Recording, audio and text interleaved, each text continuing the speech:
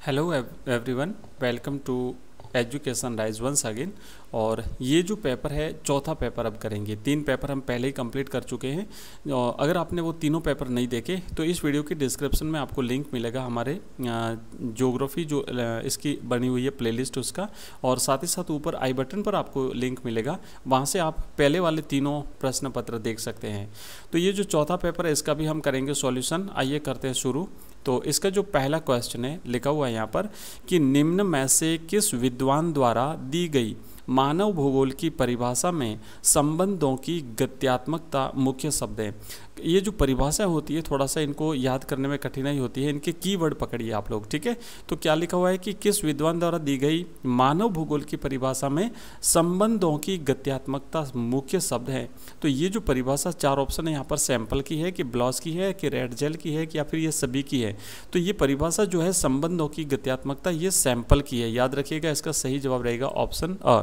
ये परिभाषा सैंपल ने दी थी मानव भूगोल की। नेक्स्ट दूसरा प्रश्न है, निम्न में से प्रवास को प्रभावित करने वाला अपकर्ष कारक कौन सा है। तो प्रवास को प्रभावित करने वाले 2 कारक होते हैं, एक होता है अपकर्ष कारक और दूसरा होता है प्रतिकर्ष कारक। तो यहाँ पर अपकर्ष कारक का पूछा है, तो अपकर्ष कारक में 4 ऑप्शन है, बेरोजगारी, प्राकृतिक विपदाएं, ऑप्शन स है सामाजिक आर्थिक पिछड़ापन, और ऑप्शन द है शांति और स्थायित्व। तो अपकर्ष कारकों में शांति और स्थायित्व जो है ये सम्मिलित होगा, और बाकी जो बेरोजगारी, सामाजिक आर्थिक पिछड़ापन और प्राकृतिक विपदा है ये प्रतिकर्ष कारक जो है वो माने जाते हैं प्रवास के। आइए आगे बढ़ते हैं और तीसरा प्रश्न यहाँ पर देखते हैं। लिखा हुआ नेक्स्ट, निम्नलिखित में से ट्यूलिप की कृषि के लिए प्रसिद्ध देश कौन सा है। 4 ऑप्शन है हमारे पास। ऑप्शन अ है नीदरलैंड, ऑप्शन ब है संयुक्त राज्य अमेरिका, ऑप्शन स है भारत और ऑप्शन द है रूस। तो यहाँ पर सही जवाब है ऑप्शन अ नीदरलैंड, जिसे पहले हॉलैंड भी कहते थे। तो ये जो नीदरलैंड है यहाँ पर ट्यूलिप की कृषि जो है वो विस्तृत रूप में की जाती है। ट्यूलिप की कृषि के लिए जाना जाता है नीदरलैंड। आगे बढ़ने से पहले मैं आप सबसे रिक्वेस्ट करना चाहूँगा कि जो नए हैं और जो पहली बार हमारे चैनल पर आए हैं वो हमारे चैनल को सब्सक्राइब जरूर करिएगा। हमारे इस चैनल पर अलग अलग सब्जेक्ट की प्लेलिस्ट बनी हुई है, जिसमें हम Hindi compulsory, English compulsory, history और हिंदी साहित्य, पॉलिटिकल साइंस और ज्योग्राफी के महत्वपूर्ण जो क्वेश्चन आंसर्स हैं एग्जाम के लिए इंपोर्टेंट करवाते हैं। साथ ही साथ स्टडी मटेरियल हमारे चैनल पर आपको मिल जाएगा। अलग अलग प्लेलिस्ट बनी हुई है, आप वहाँ पर जा करके देख सकते हैं।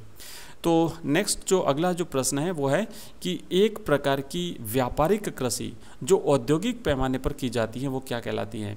तो व्यापारिक कृषि अगर उसे हम औद्योगिक पैमाने पर करते हैं तो ऑप्शन आ है कि कृषि व्यापार कहते हैं, ऑप्शन ब है सहकारी कृषि कहते हैं, ऑप्शन स है औद्योगिक कृषि कहते हैं, या फिर ऑप्शन द इनमें से कोई नहीं। तो इसका सही जवाब रहेगा औद्योगिक कृषि। नेक्स्ट 5वां प्रश्न है, निम्न में से प्रशासनिक नगर का उदाहरण है। प्रशासनिक नगर कौन सा है। नगरों को अलग अलग जो है वो भागों में विभाजित किया गया है, प्रशासनिक नगर, सांस्कृतिक नगर। तो इस तरीके से यहाँ पर जो है ना प्रशासनिक नगर पूछा गया है। 4 ऑप्शन है हमारे पास, दिल्ली, ऑप्शन ब है बीजिंग, ऑप्शन स है अदिस अबाबा और ऑप्शन द है ये सभी।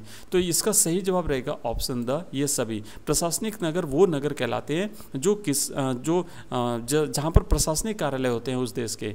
तो ये तीनों ही चूंकि राजधानी नगर हैं, दिल्ली, बीजिंग, अदिस अबाबा, और यहाँ पर सरकारों के प्रशासनिक कार्यालय होते हैं, इसलिए ये प्रशासनिक नगर है। इसका सही जवाब रहेगा ऑप्शन द ये सभी।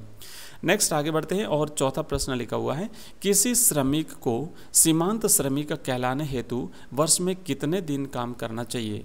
तो ऑप्शन हमारे पास है अ 184 दिन, ऑप्शन ब है 182 दिन, ऑप्शन स है 195 दिन और ऑप्शन द है 200 दिन। तो इसका सही जवाब रहेगा ऑप्शन ब 182 दिन, यानी 183 दिन इसका जो मापन होता है। 183 दिन या उससे अधिक जो काम करता है वो मुख्य श्रमिक कहलाता है, और 183 दिन से कम अगर काम या 183 दिन से कम हो गया 182 दिन, तो 182 दिन या उससे कम जो काम करता है वो सीमांत श्रमिक कहलाता है। ठीक है, 183 दिन से कम काम करने वाला। तो 183 दिन से और कम ऑप्शन हमारे पास यही है ऑप्शन ब, तो हम लिखेंगे 182 दिन। नेक्स्ट 7वां प्रश्न है, निम्न में से कौन सा नगर पर्यटन नगर का उदाहरण है। अभी हमने देखा था ऊपर तो प्रशासनिक नगर था, यह है पर्यटन नगर।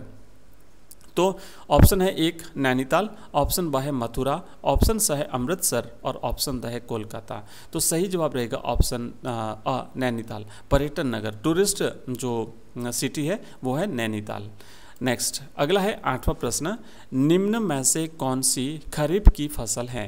खरीफ की फसल बतानी है आपको कौन सी? ऑप्शन अ है गेहूं, ऑप्शन ब है चना, ऑप्शन स है बाजरा और ऑप्शन द है सरसों। तो इसमें गेहूं, चना और सरसों ये तीनों ही रबी की फसलें हैं, जबकि बाजरा जो है ये खरीफ की फसल है। तो इसका सही जवाब रहेगा ऑप्शन स। नेक्स्ट है 9वां प्रश्न, मुंबई हाई किसके लिए विख्यात है? ऑप्शन अ है पेट्रोलियम उत्पाद के लिए, ऑप्शन ब है कोयला उत्पादन के लिए, ऑप्शन स है तांबा उत्पादन के लिए और ऑप्शन द है अभ्रक उत्पादन के लिए। तो मुंबई हाई पेट्रोलियम उत्पादन के लिए प्रसिद्ध है, विख्यात है। तो अभी तक हमने किए हैं ऑब्जेक्टिव क्वेश्चंस और अब हम करेंगे रिक्त स्थान वाले प्रश्न। तो आइए शुरू करते हैं। दूसरा प्रश्न है रिक्त स्थानों की पूर्ति कीजिए। दूसरे का पहला लिखा हुआ है कि मानचित्र पर समान समय में पहुंचने वाले स्थानों को मिलाने वाली रेखाएं क्या कहलाती हैं? तो इन्हें समोच्च रेखाएं कहते हैं।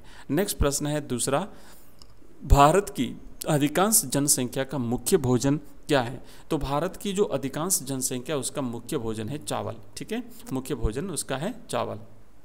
नेक्स्ट है तीसरा प्रश्न है, अरवारी पानी संसद का संबंध के संरक्षण से है? तो जल के संरक्षण से है।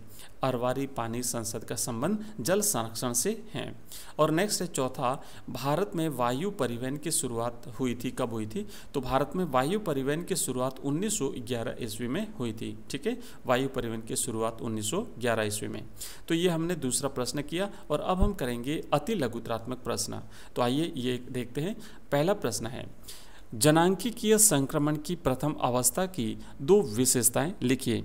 तो जो जनांकीय संक्रमण है ना, इसकी अलग अलग अवस्था है, प्रथम अवस्था, द्वितीय अवस्था, तृतीय अवस्था।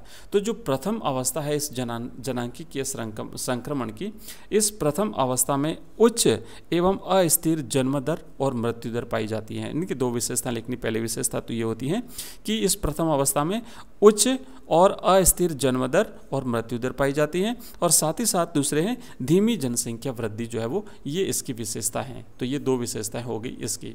नेक्स्ट क्वेश्चन है, आदिम मानव जीवन निर्वाह के लिए किन 2 कार्यों पर निर्भर रहते थे? आदिम मानव की बात है। तो आदिम मानव क्या करते थे कि वनों में रहते थे, जंगलों में रहते थे, और वो या तो शिकार करते थे या फिर जो है वो पशुपालन भी करते थे शिकार के लिए, और साथ ही साथ जो वनों उपज होती थी, वनों में जो उत्पादन होता था उस पर जो है वो कंदमूल फल, उस पर उनका जो वो निर्भर करते थे, जीवन निर्वाह होता था उनका।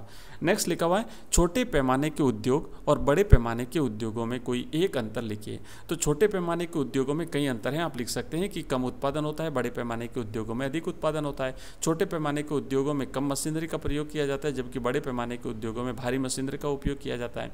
छोटे पैमाने के उद्योगों में कम श्रमिक लगाए जाते हैं, पूंजी का भी कम उपयोग किया जाता है, इसमें कम पूंजी लगाई जाती है, जबकि बड़े श्रमिकों में ज़्यादा श्रमिक, बड़े पैमाने के उद्योगों में ज़्यादा श्रमिक होते हैं और ज़्यादा यहाँ पर पूंजी का निवेश भी किया जाता है। तो कई सारे अंतर हैं, उसमें से आपको कोई एक अंतर लिखना है।